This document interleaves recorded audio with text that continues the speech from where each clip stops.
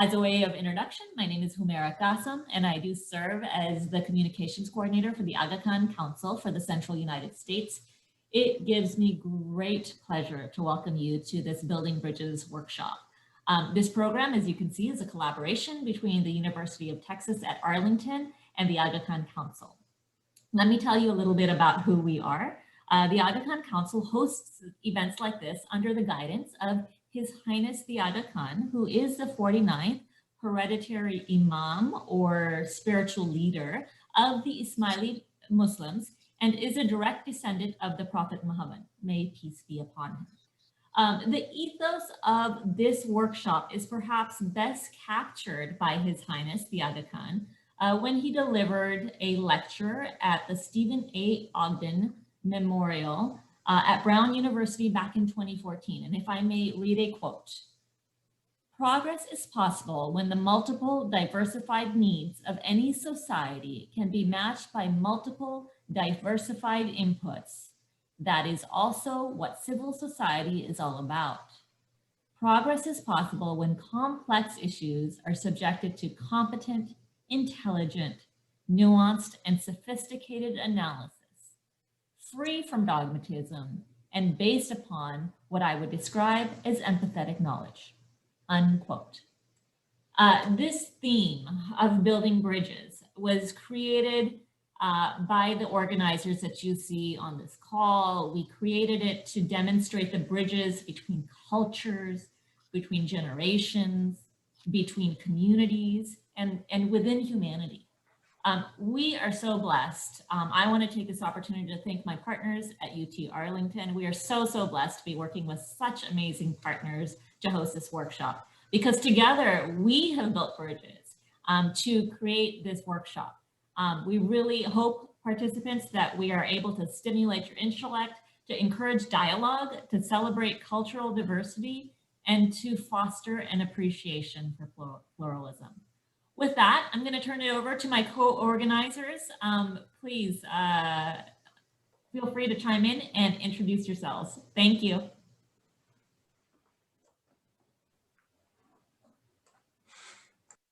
I'll start off. I'm Leah McCurdy. I am a lecturer in art history at UTA, and I'm here because I want to learn more. And I'm also really excited about this collaboration. So really excited to get this thing started. Hi, everyone. I am Almas Maskatwala, and I also volunteer with the Aga Khan Council for Central United States. And as Humaira mentioned, even like, if you were to give birth to a baby, it takes 9 months. So this has taken more than that, but and you have, you're at the receiving end, but for us, at the back end, when we were preparing, we've envisioned this, for over a year and a half. So we are super excited. I'm personally very, very excited to be here and to have you guys be part of this process. So thank you and enjoy yourselves. I'll go next. Hi, my name is Nahid Saeed, and I'm also a volunteer with the Aga Khan Council for Central United States. And so I work with Almas and Humaira and seeing if we can bring programs like this and others to the community.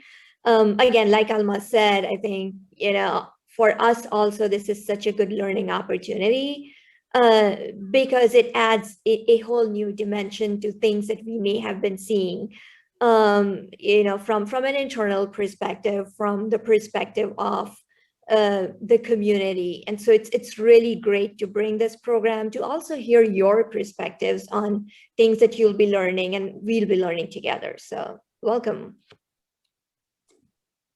Les Clark. I'm a professor of architectural history and also the Associate Dean for Faculty and Student Affairs of the College of Architecture, Planning and Public Affairs, a very long title, unfortunately. I'm delighted to be part of this. As you heard, this has gone through a long gestation period, but I think it's all for the better because we had to respond to COVID. We had to adjust our thinking. We had to be nimble on our feet and pivot. And the result, I think, is part of that whole process of discernment that is very, very important. So I think that hopefully all the participants will enjoy this, and of course our panelists as well. And I think you're in for a great 2 weeks. My name is Chang-Hee Chan, a professor at the Cinematic Arts area at the Department of Art and Art History, and I'm also in charge for the Maverick film productions. I love documentary making, and especially the documentary which will focus on such an important and powerful topics. So my job will be that later, whoever are selected make a film, and if you need any problems and issues or challenge, I will be there to help you. I'm sure that actually you will have some challenges. That's the beauty of filmmaking, I think, anyway. But I'm here for those who will actually make a film. I'm very happy to be a part of the program, and I will do my best to support who will make this wonderful film at the end. Thank you. So Douglas, would you like to take it away with a little bit of an intro for our listening audience? Okay, I guess so, certainly. Welcome. Welcome to Building Bridges. The Aga Khan Trust for Culture comes to UTA, and we're thrilled to have you here as a listening audience. You're going to be in for a treat, I think, over the next 2 weeks. You will see 12 participants learning how to select a topic and how to do a film pitch. And of course, we have incredible panelists from all over the world that will be engaging in wonderful discussions. And you probably can see everything on our website in terms of what's going to be happening over the next 2 weeks. I understand that some of you are in different time zones.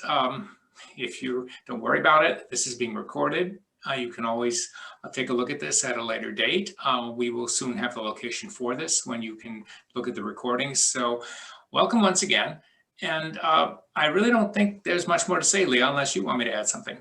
No, yeah, Almas, would you like to introduce Raj Isar for us? Absolutely. Thank you, Leah. Welcome, everyone. I get the privilege to introduce Raj Isar.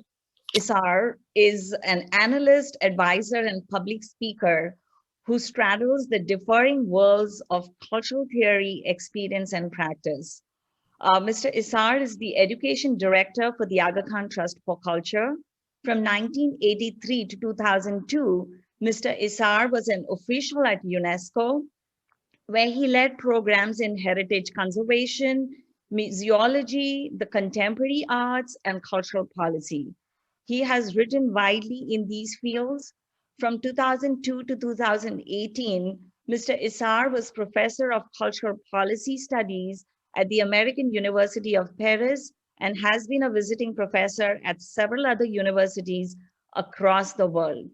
Born and educated in India, Mr. Isar is a French citizen and now lives in Lisbon, Portugal. So this means right now, probably for Mr. Isar, it's 1:30 a.m. if he's in Portugal, or 2:30 a.m. if he's in France. I don't know where he is right now. But Mr. Isar, we are very, very fortunate to have your, you share your valuable time and knowledge with us today, and the floor is yours. Thank you so much, Almas, for that very warm introduction. And I'm just getting into my PowerPoint. Here it is. And I'm calling my presentation this evening, Cultural Assets in the Service of Development, and I hope to be able to explain why in a second. But first of all, I want to start by saying how very pleased, how delighted I am to be with you. I'm, as you've indicated, Almas, I'm doing this really fascinating work of directing a new educational program for the Aga Khan Trust for Culture. And it's actually a third professional hat that I now wear. And wearing that hat, I can say that some of my most rewarding moments have been linked to the way I've been able to reach out to the Ismaili community. And I'm particularly glad, therefore, that today the Ismaili community in the United States is working with such a fine university as the University of Texas at Arlington, that you've come together, the National Council and UTA, to share some key messages, explore some avenues that emerge from the work of the Aga Khan Trust for Culture. And you've done so combining the work of the trans-cultural, transnational work of the Trust with very local concerns. And so that's a format that's really innovative and I think truly the first of its kind. So let me just reiterate again before I start how glad I am to be with you. And what I'm going to do with you this evening is review three sets of things or issues.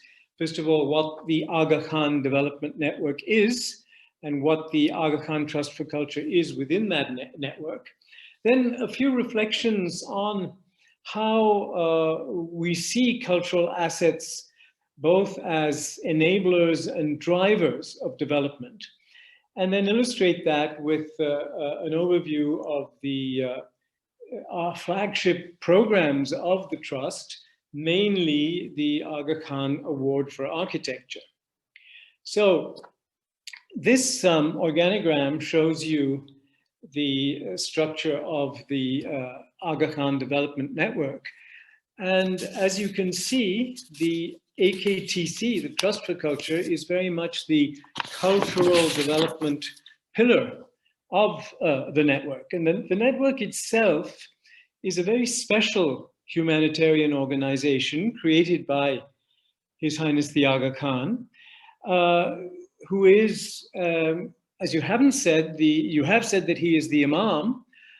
He is the Imam, the spiritual leader of some 15 million Shia Ismaili Muslims who live across the world, many of them in the USA and Canada. And a very fundamental ethical principle that the Aga Khan upholds and that is shared right across the community is that there is a balance between religious faith, and the word for that in Arabic is deen, with worldly responsibilities, and the word for that in Arabic is dunya. And so this is a central tenet, this combination of deen and dunya.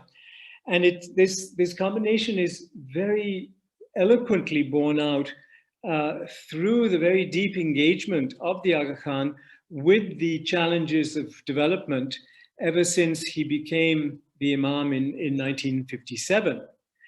And those responsibilities, the deen and dunya responsibilities, can be articulated under three pillars: the economic development pillar, and that's what you see on the left with a series of economic organizations that are also for profit. You see social development as a pillar right in the center with the Aga Khan Foundation, universities, education and health services, habitat, and high schools, the Aga Khan academies.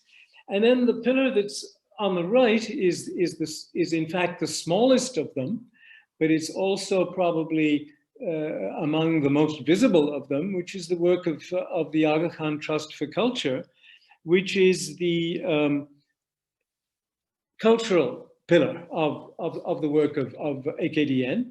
And the programs of the Trust are the Award for Architecture, the Historic Cities Program, the Music Program, the Aga Khan Museum, which is an autonomous institution on its own, and most recently, the Education Program. I'm going to move on to a couple of slides that give you just a bit more detail of what the AKDN actually consists of. It's not an NGO, it's actually an international organization.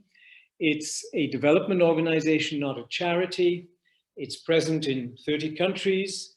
It's non-denominational, it's not faith-based in the way it works. And the surpluses from the profit-making agencies that belong to AKDN are all reinvested, plowed back into the work of the different entities that make up AKDN. This is a slide that gives you just a bit more information on these different points that I've mentioned. The number of employees across the world that you see on this slide is 80,000. It's probably actually a little bit more than that now. And this just shows you, gives you a glimpse of some of the activities in the three fields, economic development, social development, and cultural development, as they play out in West Africa. And I want now to come to one key foundational vision of the Aga Khan, where he talks about this fusion of the bridging, and this metaphor of the bridge is also very appropriate. I'm so glad that you've chosen this as your theme word. This notion of bridging is seen by His Highness as an institutional responsibility, but that engagement that flows from it, he sees very much in terms of not just the Ismaili community, but also for all of those with whom they share their lives locally, nationally, and internationally. That's a very important point about what drives the AKDN. Now I'm going to go back into speaking some more about the Aga Khan Trust for Culture. So I'm just bringing up again the organogram to place it. And here is a slide that will show you where the trust operates across the world. When I come to the Aga Khan Award for Architecture in a second, I'll be sharing with you another map that shows some of the sites that have been selected for the Aga Khan Award across the world. And I'm going to be speaking about all of these entities that you see mentioned on this particular map. So let me come now to the way in which these various visions, the visions of the founder, His Highness the Aga Khan, and the ways in which the trust has actually elaborated an overarching and detailed vision. First, cultural assets as enablers. The main point here is the conviction that a quality cultural environment nurtures human well-being. And the way that plays out is that both cultural heritage as well as contemporary cultural expression perform certain very vital functions. And that's because we in our time actually expect them and get them to perform those functions. And those functions are functions of connection to our past, of embodying collective memories, of representing our identities, and in representing our identities, helping us to understand who we are, where we're coming from, and where we want to go. And finally, all of these elements, heritage and contemporary cultural expression, are instruments that spur our creativity through fertile encounters between what we inherit from the past and what we invent as we go through our lives. And that last point that comes up on the slide there is the mobilization and strengthening of social energy and cohesion. We see the cultural being able to do that in so many different ways. Cultural heritage and cultural expression, what do we mean by these two terms? I've just put some pictures and words up on the screen. I'm not going to read them, just give you a chance to absorb those. And I come back to this notion that what they do is represent our identities and help us understand who we are, where we are coming from, and where we want to go. Cultural identity has become a notion that's integral to the self-perception and self-representation that all of us have. And here what you see on the screen are national images, because identity, our identity, is national, but not just national. the nation is no longer the only container. Entities have become fluid and multiple, and I'm sure that this idea of a fluid and multiple entity is very familiar to many of you in my audience this evening. This is just an illustration of the notion that cultural heritage and expression spur creativity through that encounter between the inherited and the invented. Right on the left is prehistoric rock art. Go back one. In the middle is a Chinese painting, and this on the right is Picasso's Guernica in the Museum of Modern Art in New York. So that was the way we see cultural assets as enablers. And now I come to cultural assets as drivers, where there is a utilitarian function, if you like, of the cultural. And the first of those is, of course, the way in which heritage and many other aspects of culture, when they are deployed in and for the tourism industry, are powerful generators of income and employment. Artistic creativity is at the heart of everything that is today's cultural and creative industries, which is a hugely productive and fast-growing economic sector across the world. And finally, recourse to cultural heritage and cultural expression can have powerful community-wide social impacts as well. And I'm going to share with you just some slides quickly that give you an idea of some of these very practical economic and other impacts and payoffs of the cultural. The economics of cultural infrastructure, this is the views of Bilbao.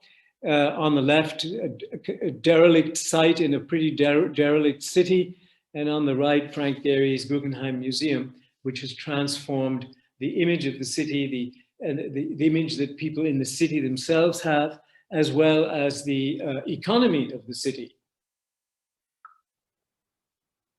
I'm just had a bit sip of water, continue.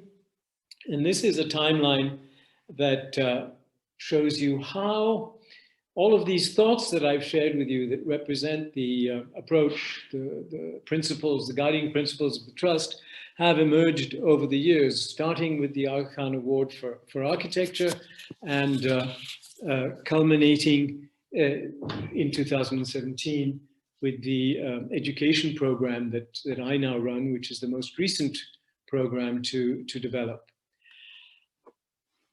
Why start with architecture? That's a question that the Aga Khan has been asked, and you have the answer in a couple of slides that I'm showing here that I've taken from statements that His Highness has made over the years, or interviews that he has given.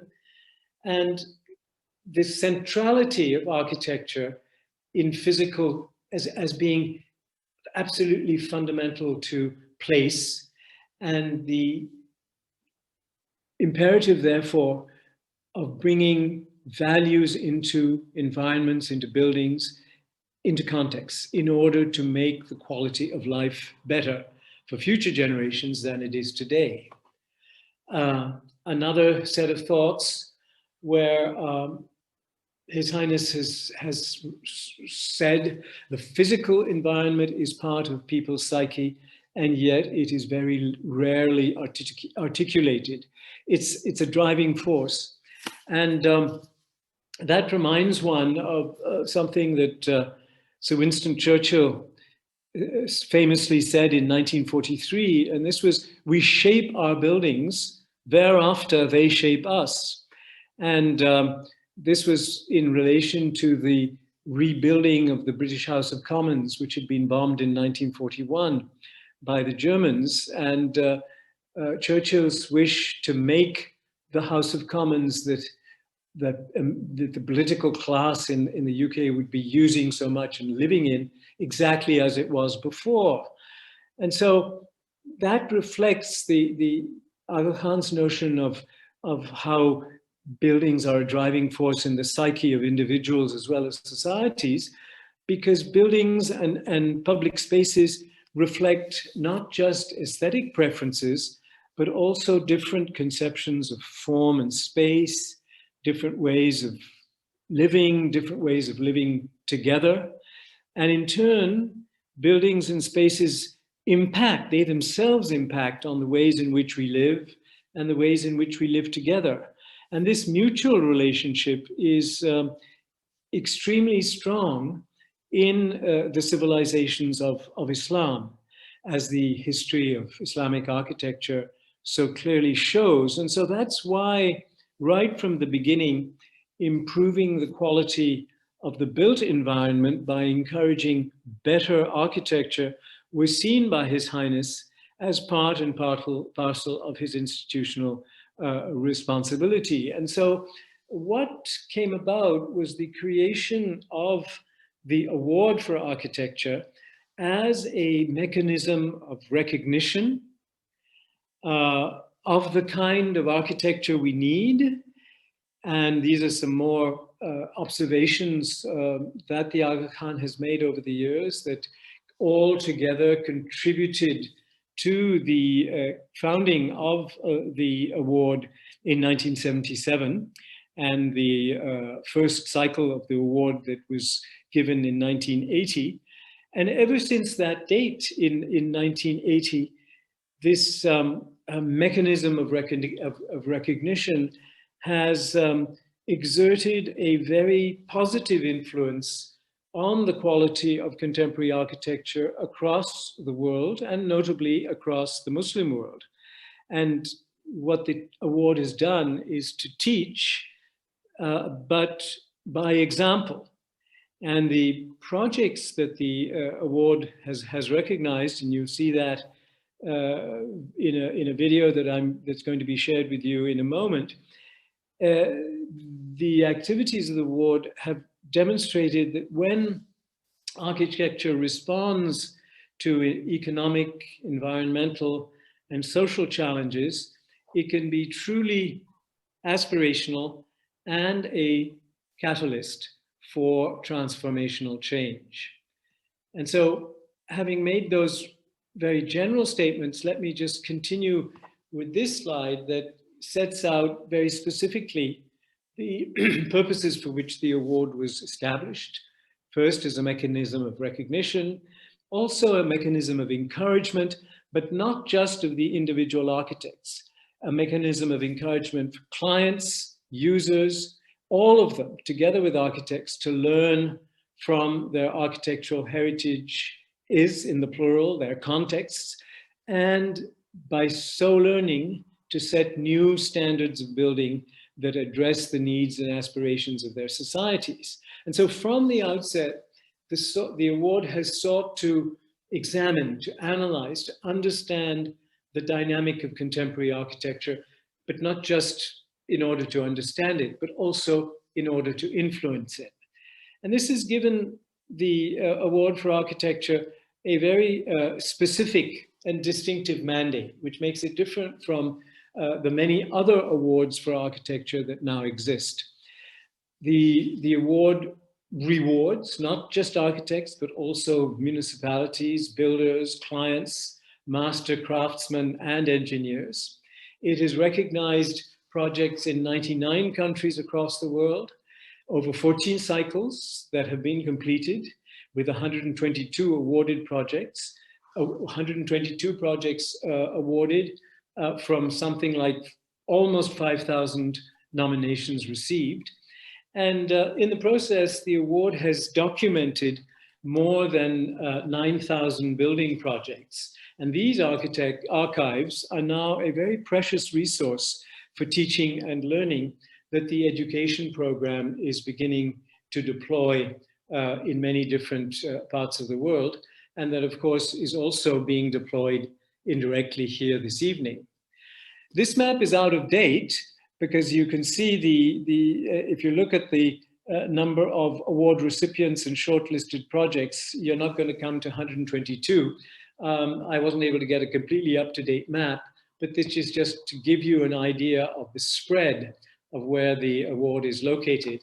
And this is the moment at which I will stop sharing and ask Nadeem to please show the video of the 2019 award winners.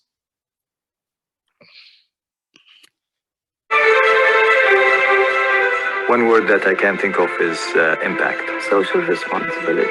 Commitment is probably the best way to describe what is behind the Aga Khan Award. It's not only about giving an award to a project, but influencing the practice itself and trying to shift it towards a better future.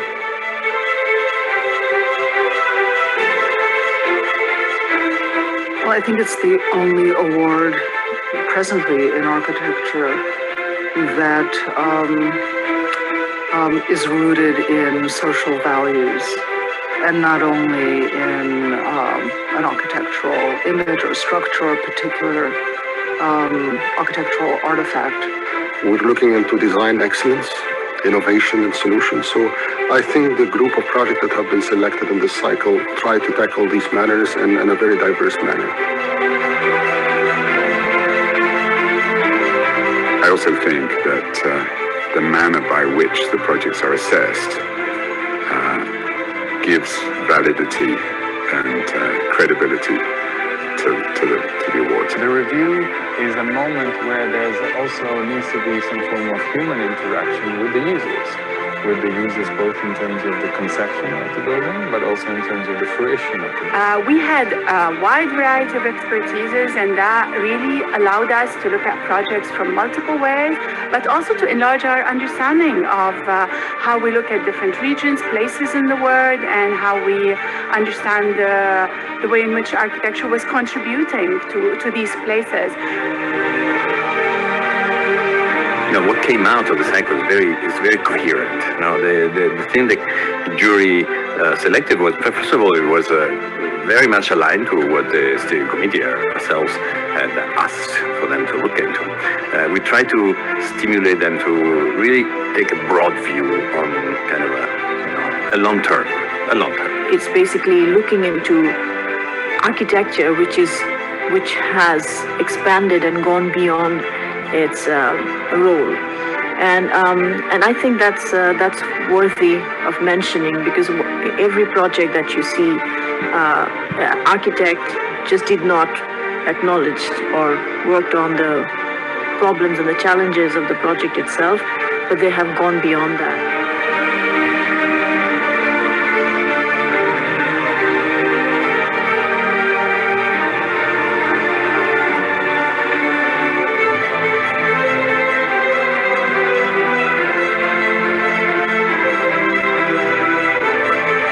The project in Bahrain, I think it's one of the very good projects that addresses issues of cultural identity in a very effective manner. One of the main motivations and inspirations in this project is to make sure that this is a thriving city once again.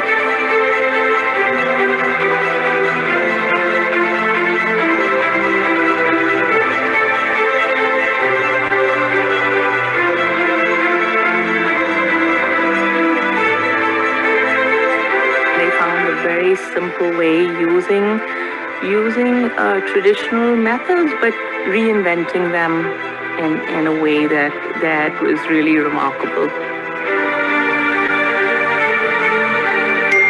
I said that no, I'm not going to innovate everything here. So my innovation is that how to have a platform that floats and that settles on the ground.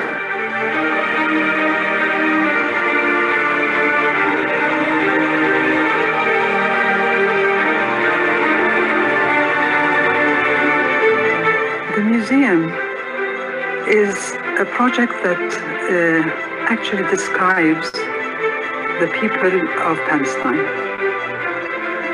They are rooted, they are grounded, and they are one with nature.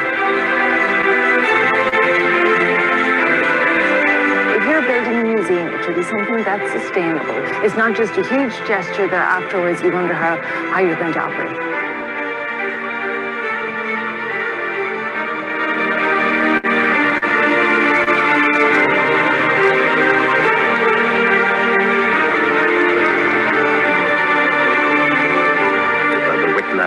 project is fascinating because of its non-architecture or its negative architecture, in the sense that it is the merit of the project is to blend into a natural environment to make it accessible to a large audience.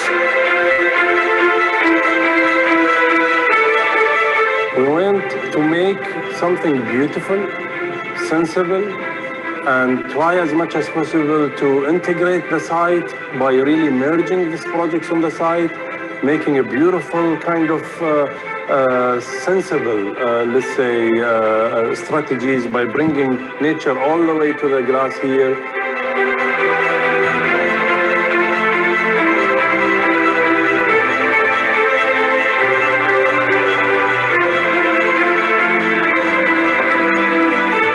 This is a fantastic example of what might be possible using simple principles that are related to energy and sustainability and low impact in relation to the environment.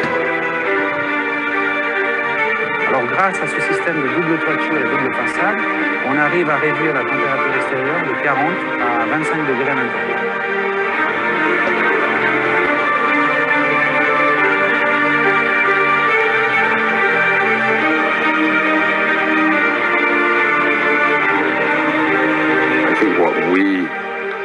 Really regarded was this commitment that combined political will and funding from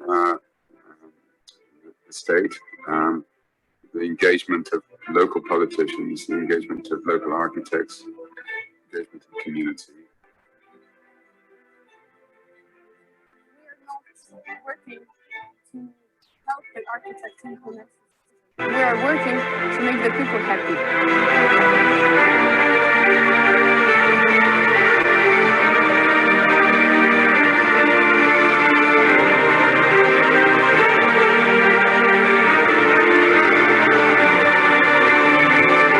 So in a way, you're not making architecture, but you're sending a message through a kind of curated collection of projects.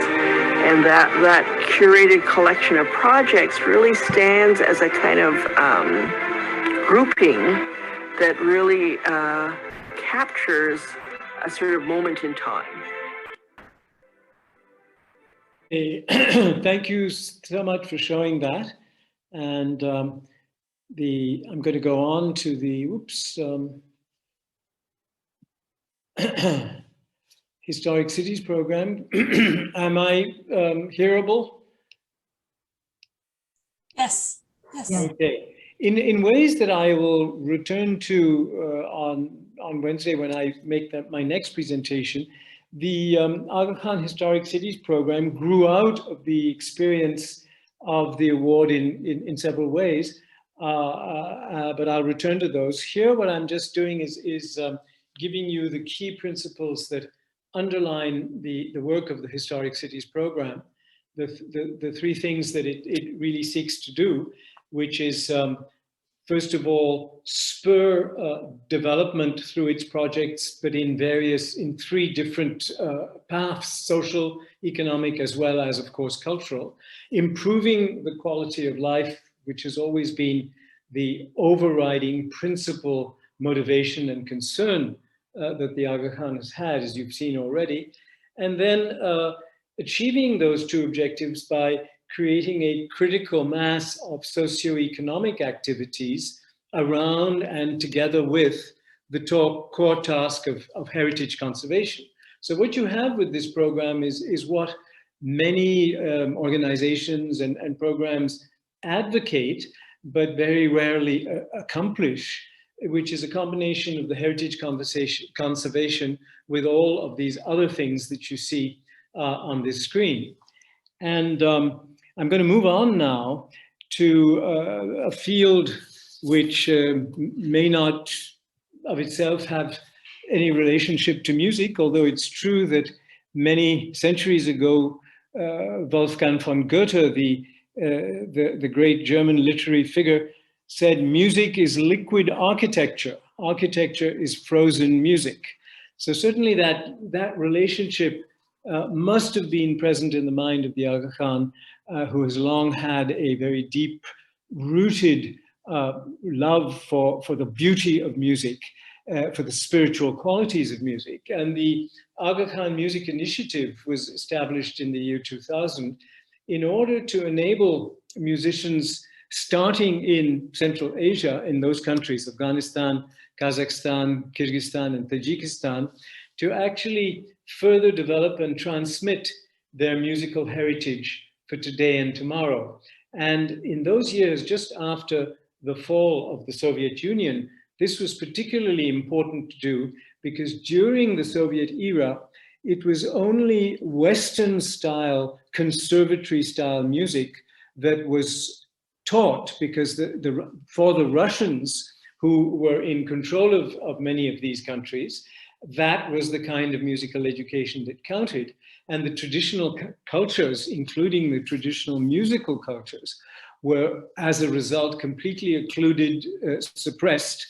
And so it was very clear that among the channels of cultural reaffirmation that these newly independent countries needed in the 2000s, the musical heritage would be very important. And since then, the program has expanded cross-culturally to include musicians and audiences in the Middle East and North Africa, South Asia, and West Africa as well. And this is just a slide that illustrates some of that fusion that is going on under the aegis of the music program, and whose activities are basically the ones that you see here. Of course, at the moment, over the last year with COVID, the performance dimensions have had to take a back seat, but certainly the teaching, the mentoring, and the production in the countries concerned is going ahead very well. And there are also now virtual concerts of the music program that are taking place. And the latest addition to that is the Aga Khan Music Awards, the first cycle of which was completed in 2019. It's an award program, again, a mechanism of recognition, an infrastructure of recognition that is obviously not imitating the award for architecture, but has its own logic, and is going to give a new series of awards in 2022.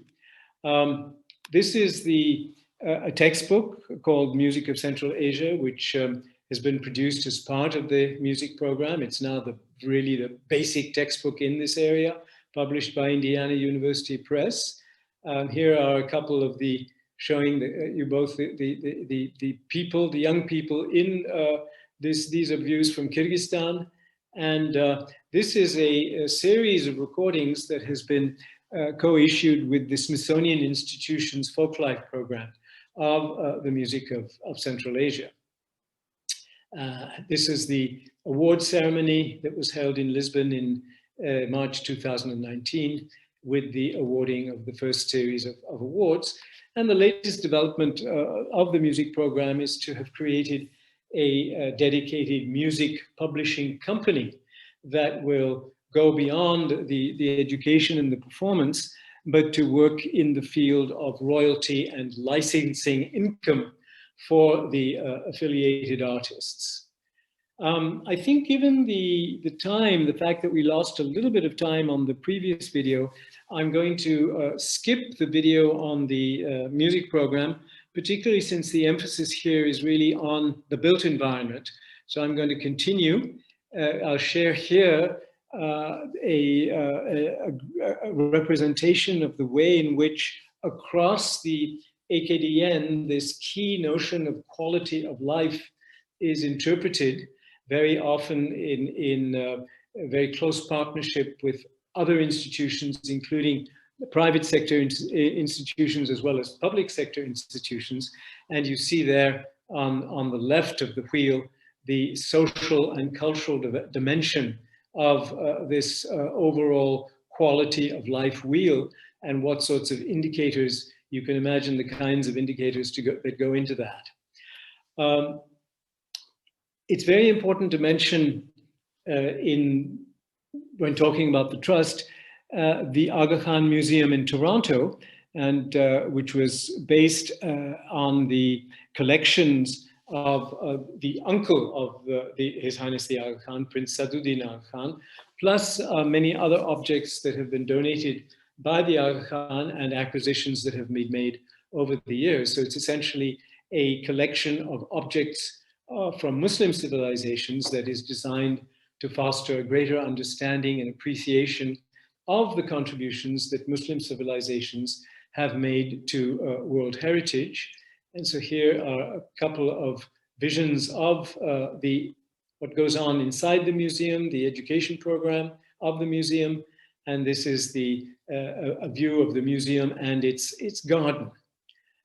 Parks and gardens being a very fundamental axis along which the work of the Trust also operates, but that I'm not going to go into in any detail here. The last couple of slides that I'm going to share with you have to do with a portal called ArcNet that is the world's largest repository of information on Islamic art and architecture that is held by the MIT libraries. There is a dedicated Aga Khan documentation center at MIT, at the MIT libraries. And this stems from a program, the Aga Khan program for Islamic architecture, that was created actually before the Trust came into being. It was created in the late 1970s, and it works very closely still with the Trust, but it is not part of the Trust. The Aga Khan program at Harvard and MIT is quite distinct from the Trust, yet works very closely with it. And this is an example, this slide, of the kind of documentation that you will find on ArcNet if you're interested in these sorts of themes. And I'm going to close so that we have enough time for some discussion with this slide that is a quote from His Highness that expresses in very simple but also very moving terms what he is trying to achieve and what all of us who work for the AKDN organizations should think of as being our motto for the everyday. And having shared these slides with you, I'm going to stop sharing and over to you. I hope that my presentation has been clear, not too rushed, and I look forward to whatever time we have now for discussion. My goodness, thank you so much. It's such a context to sit in for the short films, but also just for our own learning. I want to invite any of our participants to ask questions, but I wanted to start things off. If we could get, because Humaira used the term before and you used the term several times, I wonder if you could clarify what the word pluralism, what that concept means, what it reflects for you. This is a question for Humaira or for me? For you, Raj, sorry, if you could you what pluralism is. Okay, well, I would make a distinction between the diversity of the human condition, that is, that human societies are diverse, there is variety. That variety is an objective, it's a given, that's the way we are. Pluralism is a policy stance. It can be an official policy stance of an authority, it could be a government, it could be a municipality, it could be the Ministry of the Interior as well as the Ministry of Culture, but it's also what I would think of as a societal disposition, a pluralism as the capacity to recognize difference, to seek to eliminate difference, but to celebrate difference and to learn how to live with difference, which is, and difference, of course, we're talking about cultural difference here. And when we use the word cultural, we're thinking of culture in the anthropological sense. That is, cultural difference is in fact ethnic difference, and ethnic difference can be bound up with so many different factors, including color. And when you talk about pluralism as being an ideal, and you think of placing the cultural right at the center of that ideal, we mustn't forget that very often when we do try and practice cultural pluralism, we may be doing it in a sort of cosmetic way, because what may underlie difficulties with difference may be very deep economic inequalities, social inequalities. So we don't want pluralism to be a fig leaf. I hope I've answered. Yes, thank you. I think that clarifies and that offers an important perspective, I think, to think about where we sit in the world, but also how we live our lives, how that impacts others. So thank you.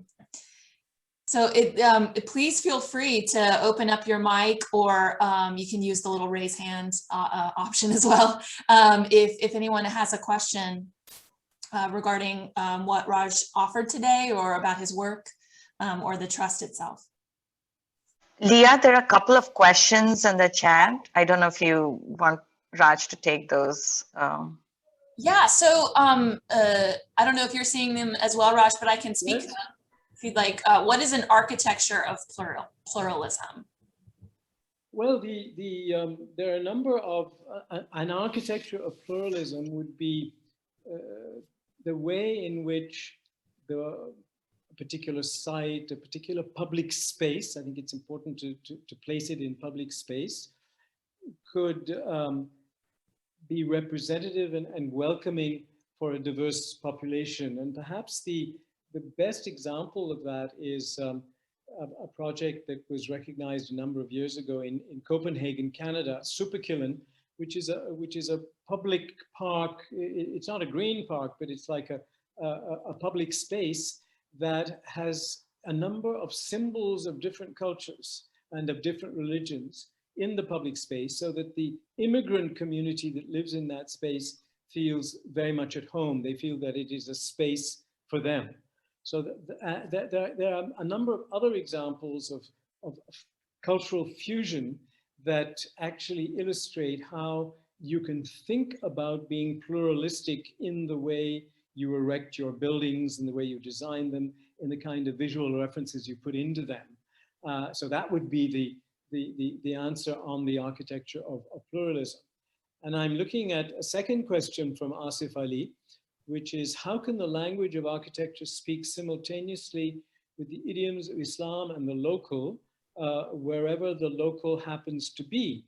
Well, the idiom of Islam doesn't have to be pastiche Islam, Metro-Goldwyn-Mayer Islam. That is a certain number of limited repertorial elements, like the dome or a crescent or an archway or a mukarnas, that there's this kind of slapped onto a building.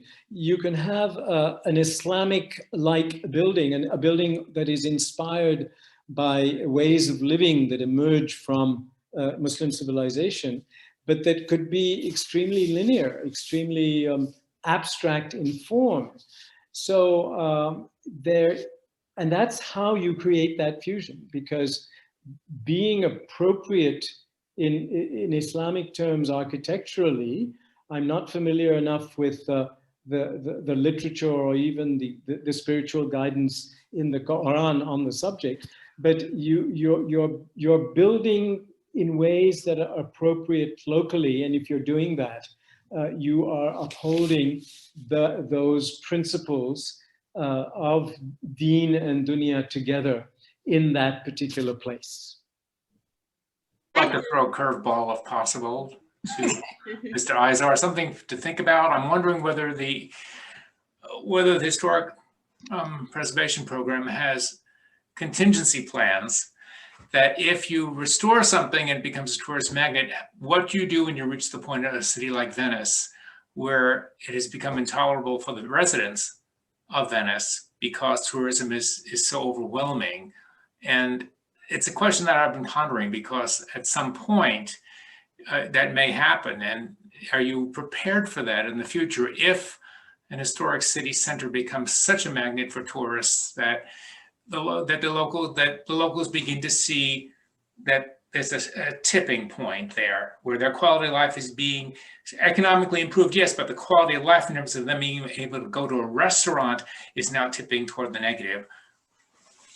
That's a very good point, Douglas, that you raised a very good example. Interestingly enough, there are a number of things that we are enjoined to think about by His Highness the Aga Khan in terms of legacy, in terms of exit strategy, because the trust is not investing in any given place forever.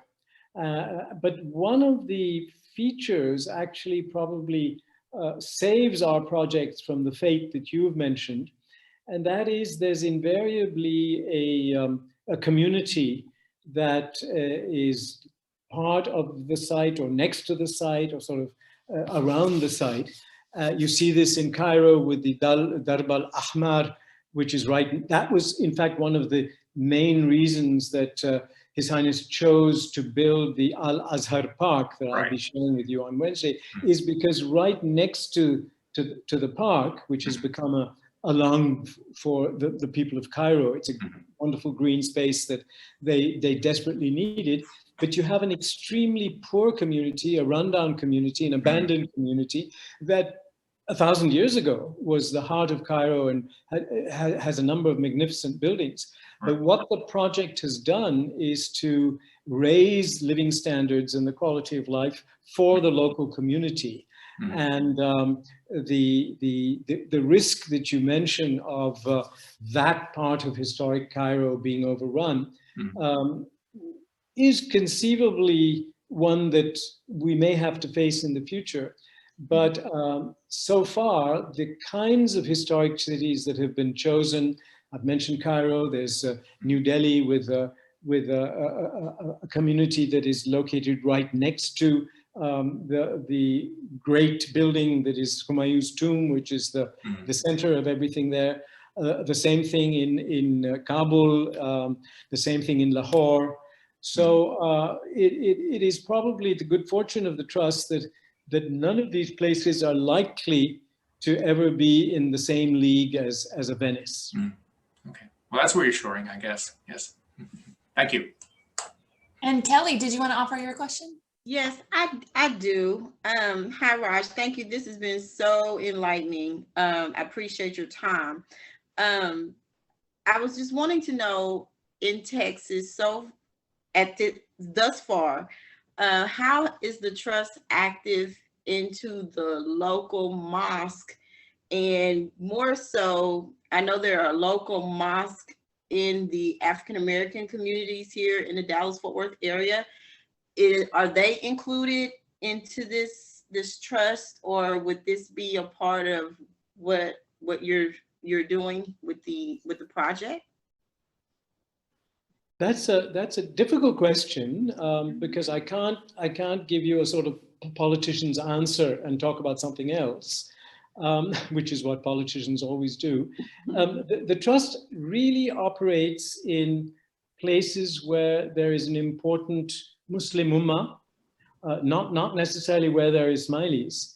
So it's basically in developing countries across the world. So wherever you see situations of development, not in Latin America, because the presence of Muslims is not significant enough. So, and it's a very, very small organization, the trust. Its budget is tiny when you know what its budget is. So it really doesn't seek to operate on the ground, as it were, in every country of the world. There's just a little anecdote I can share with you. A few years ago, just 2 years ago, or more than 2 years ago, when the Humayun's tomb project was being inaugurated, the vice president of India made a speech, and His Highness the Aga Khan was present there. And in the speech, the vice president of India said, "We appreciate very much what you're doing. This is wonderful. It's exemplary. Thank you so very much. And we now think that we'd like the trust to take over the preservation of the Taj Mahal." And His Highness had to dodge that question, because he immediately responded and said, "Mr. Vice President, I'm afraid we are too small an organization to do that," which was in fact the truth. That would be a monumentous task, given the Taj and it's just the tourism alone. But Kelly, I think you bring up a really interesting question, right? Like these dynamics where there maybe other organizations really can come in, right? And so that it's not one approach or one group, but that there's partnership potentially, you know, across organizations too. So thank you for bringing in that local context. And it looks like we've reached our time, and we're so grateful, Raj, for you being here, especially given the time, the actual time where you are. So I give you a round of applause. Thank you so much. And we're so looking forward to learning more about the Historic Cities program on Wednesday. We've had a little prelude today, and we look forward to learning more from you then. So thank you so much. And we'll also say thank you to the listening audience who's joined today. You will hear from Raj again, and on Wednesday you will also be hearing from Dr. Hussein Rashid, and they'll be talking in across a number of topics, including the history of Muslim civilizations generally, but then also how the Historic Cities program of the Aga Khan Trust for Culture preserves history, the tangible physical history alongside the intangible as part of its mandate, as part of its mission.